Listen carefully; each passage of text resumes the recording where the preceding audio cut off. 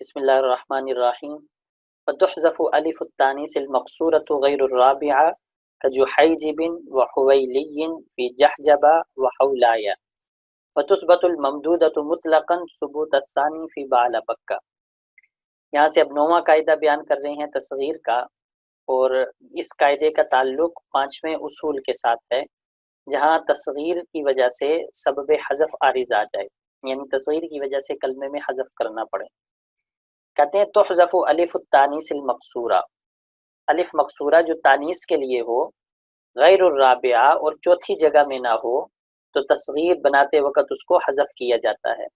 جیسے جحجبہ میں جحیجب پڑھا جائے گا، اور حولایا میں حویلی اس کی تصغیر آئے گی۔ حولایا تصغیر بنانے کے لیے الف کو حذف کیا، اس کے بعد جب اس کو تصغیر پہ وزن پر لے آئے تو الف ما قبل مکسور تھا، کیونکہ کلمہ چار حرفی سے زائد ہے، تو الف ما قبل مکسور تھا، تو الف کے ما قبل مکسور ہونے کی وجہ سے اس الف کو یا سے بدل دیا، تو حویلی یو ہو گیا، پھر کلمے کے اندر ادغام کر دیا دو یا کے اندر، تو حویلی یہ ہو گیا۔ وتثبت الممدودۃ مطلقا ثبوت الثانی فی بعل بکا، 10ویں قاعدے کا ذکر ہے،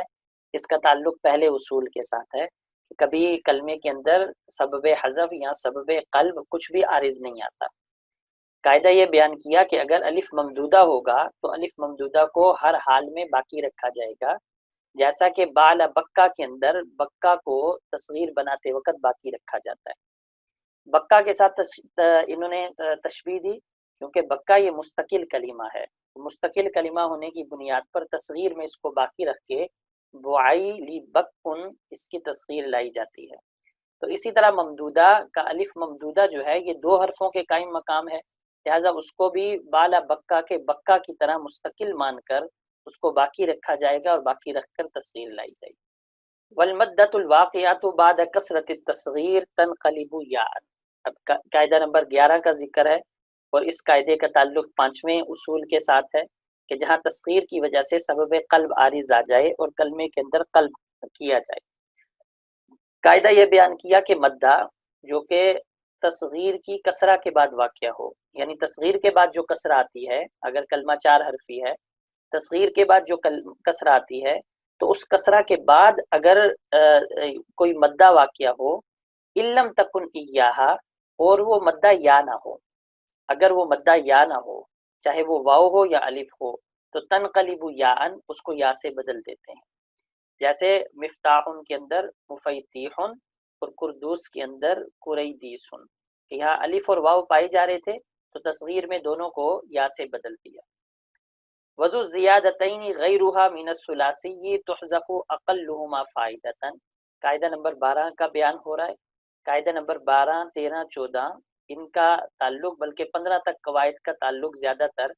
وہ اصول نمبر 5 سے ہے، جہاں کلمے کے اندر تصغیر کی سبب سے کوئی حذف واقع ہو، یعنی سبب حذف عارض آ جائے تصغیر کی بنیاد پر۔ کہتے ہیں ذو زیادتین غیرھا، مدہ کے علاوہ اگر ذو زیادتین کلمہ دو زیادتیوں والا ہو، یعنی اگر ثلاثی کے اندر مدہ کے علاوہ دو زیادتیاں پائی جائیں، دو زائد حرف پائے جائیں، تحذف اقلہما فائدۃ، تو جس کا فائدہ کم ہوگا اس کو حذف کیا جائے گا۔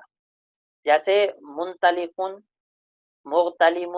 مضارب اور مقدم کے اندر مطیلق، مغیلم، مزیرب اور مقیدم ان کی تصغیر لائی جائے گی۔ اب ایک مثال کی وضاحت دیکھ لیں، جیسے منطلق، اس کے اندر دو حرف زائد ہیں، ایک میم اور ایک نون۔ اب نون علامت ہے باب انفعال کی، اور میم علامت ہے مسمى کی، یعنی ذات کی یہ علامت ہے۔ تو مسمى کی علامت زیادہ اہم ہے باب کی علامت سے، کیونکہ باب تو عارض ہے، عرض ہے، تو عرض کی علامت اتنی اہم نہیں جتنی مسمى پر دلالت کرنے والی علامت اہم ہے،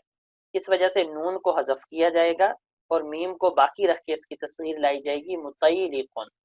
اسی طرح مختلم کے اندر جو تا ہے وہ جو ہے تا باب کی علامت ہے، تو اس کو حذف کیا جائے گا۔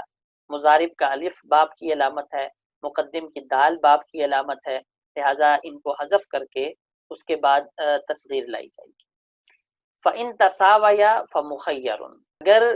جو زیادتی ہے، دو زیادتیاں اگر کلمے کے اندر پائی جا رہی ہیں اور وہ دونوں برابر درجے کی ہیں، ان کا فائدہ بھی برابر ہے،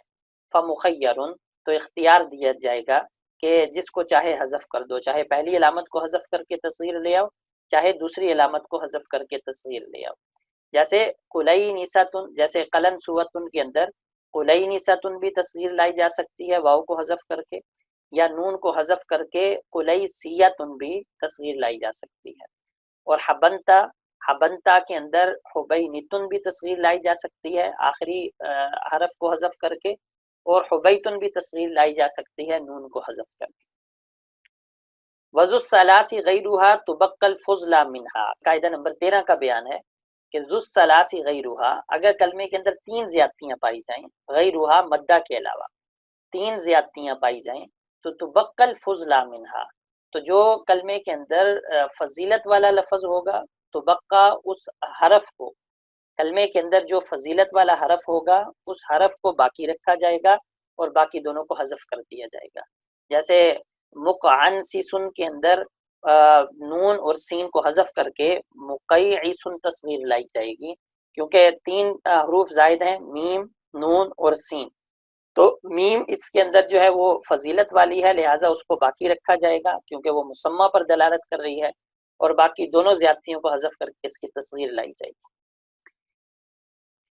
قاعدہ نمبر 14، وتحذف زیادات الرباعی كلها مطلقا، کہ رباعی کے اندر جتنی بھی زیادات ہوتی ہیں، زائد الفاظ ہوتے ہیں، سب کو مطلقاً یعنی ہر حال کے اندر حذف کیا جائے گا، غیر المدہ، مدہ کے علاوہ، یعنی مدہ کو چھوڑ کے کسی بھی قسم کی جو زیادتی ہوگی اس کو ہر حال کے اندر حذف کیا جائے گا۔ لہٰذا مقشعر،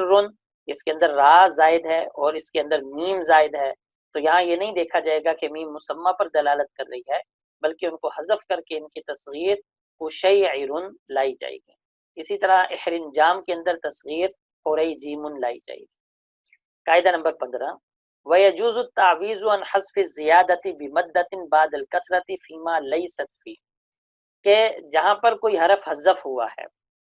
جہاں پر کوئی زیادتی حذف کی ہے، دو زیادتیاں تھیں، کوئی ایک حذف کر دی، تین زیادتیاں کلمے کے اندر پائی جا رہی تھی، دو کو حذف کر دیا، یا کوئی بھی زیادتی کہیں پر اگر حذف ہوئی ہے اور وہ زیادتی جو ہے وہ فیما لیست فیہ، وہ یائے تصغیر نہیں ہے، وہ مدہ نہیں ہے، یعنی وہ یائے تصغیر نہیں ہے جو کہ حذف ہوئی ہے، تو یجوز التعویض، عوض کے اندر بمدتن، مدہ لے کر آنا،